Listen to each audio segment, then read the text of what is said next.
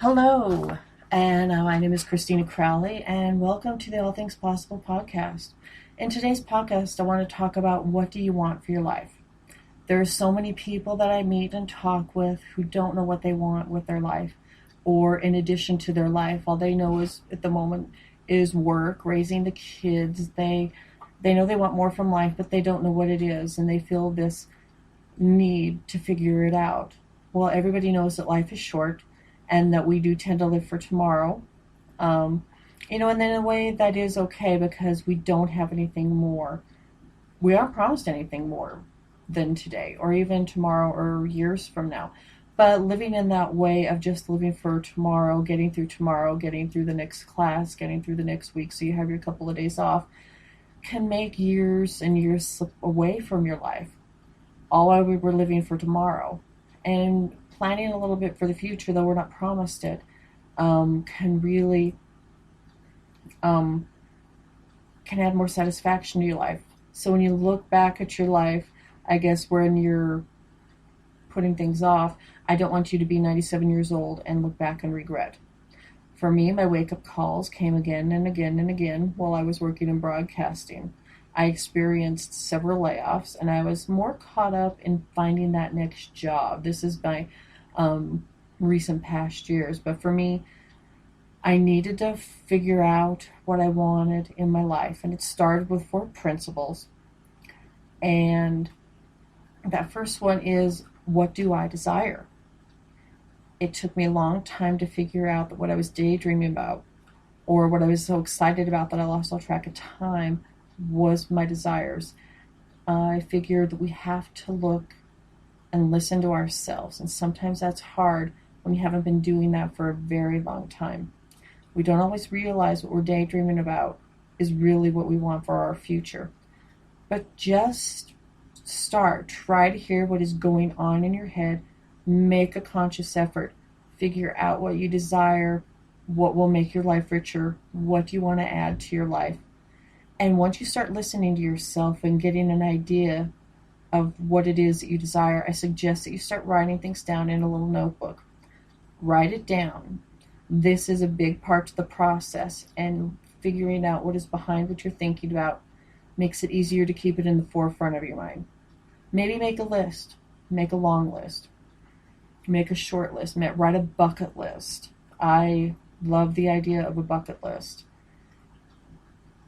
to figure out your desires. The next step, when you've been writing down about what you've been saying to yourself, listening to those inner thoughts and figuring out if there are some goals there. And there are going to be goals there. You need to distinguish that from what you've been writing down, your inner voice. You've been taking time to write down those thoughts. Now go back and read over those to ensure that you find some dreams, you find some goals, and the desires for your life. You can turn those into some goals. And when you find out your goals by listening to your inner voice, desires, start picking 1 or 2 to aspire and reach for. Now, start down with writing a path to reaching those goals. Figure out some realistic steps to attaining those goals. Maybe the goals you think aren't going to be easy, but you should feel that it is worthwhile to aspire for.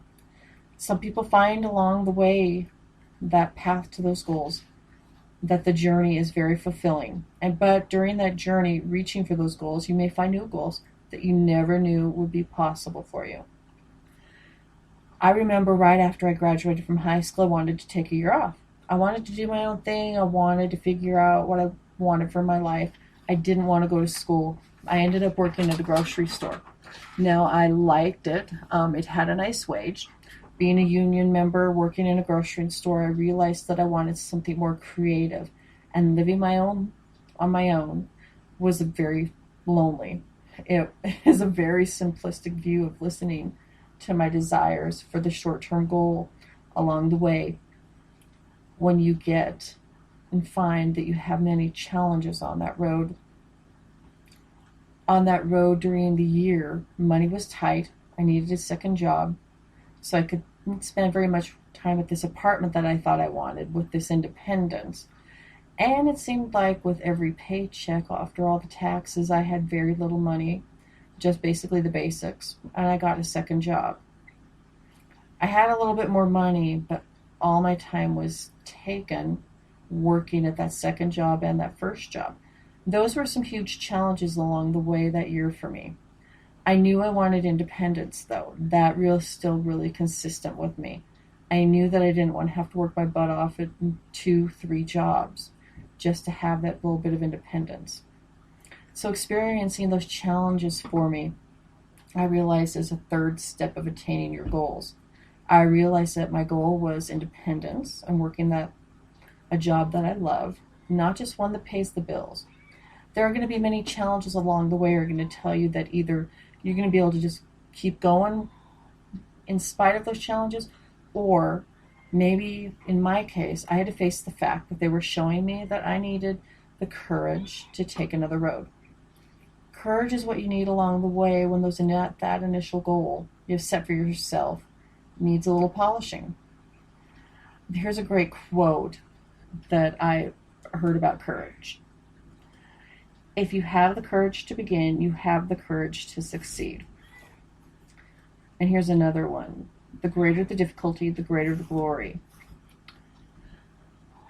And those are just a few things that kept me going through that. I knew that having the courage meant that adjusting what you thought was all you wanted becomes the growth and understanding needed to change course. And that's what I needed. I knew I wanted to be independent, but I needed to change the course for me to get the broader view of my independence that I knew. Because figuring out what you want in your life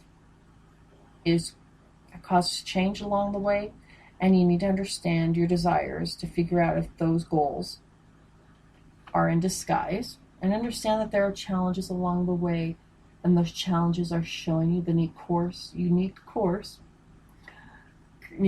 courage to change course.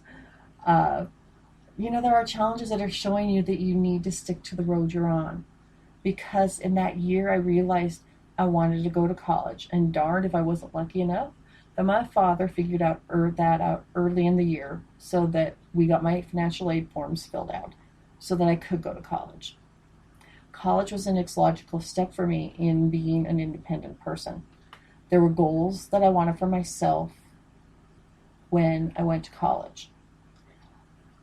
Even after college, I knew that what I really wanted for myself was to be able to travel, to help people, and express the story of my life. Now, after college, I worked in theater, I worked in broadcasting. I loved those jobs, but they weren't per se independent enough for me. So in figuring out the process of what you want for your life, it may not be the steps that are placed out before you of finding your desires, figuring out your desires that you're saying to yourself, your self-talk, figuring out the desires and the goals, and facing challenges along the way with those goals, and maybe finding the courage to make an adjustment instead of just plowing on through. Sometimes we do need the courage to change, because what you want for your life isn't always in the forefront of your mind.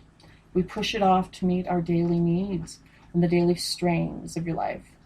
But you really do have it in you to know if what we want for your life is what you have now. If you want to enrich your life, you need to explore and maybe have some new goals, just like what I wanted for my life. It is many things. It is not just one. It is to work for myself, to have that kind of independence. I want to travel. I want to take good care of my pets. I want many things in my life, not just one. And what I want for my life is a richness, not from monetary things, but a richness you get from self-exploration. What I do when I figure out that I make a contract with myself. There was a year when I wanted to be in great enough shape to do a triathlon. And so I made a contract with myself. When I go through all those processes and I find that this is a goal, I make a contract with myself. I found it on O Magazine many years ago. and it's awesome. I'll put it on my blog, ChristinaCrowley.com. It's good so that when you have personal challenge, I want you to feel free to look at that, make a contract with yourself to be able to help you attain a level of focus for you to be continuous in your goals. Focus on your goals, make time for yourself. Yes, you may have the kids, the schoolwork, and everything else that goes on with life, but give yourself a few minutes in the mornings. Give yourself some time for yourself, for your goals that you set for yourself. When you're happy with you, what makes mama happy makes everybody happy. When mama's happy, everybody's happy. Or even if you're single like I am, and you do have a big life, when you're happy, when you're going on the right road, you have more to give to everybody else when you take care of yourself first. Thank you for sharing this time with me on the All Things Possible podcast. You can find it on iTunes, or you can find it on ChristinaCrowley.com. That's Christina with a K. And I so appreciate you listening to the All Things Possible podcast. Once again, take care and good day.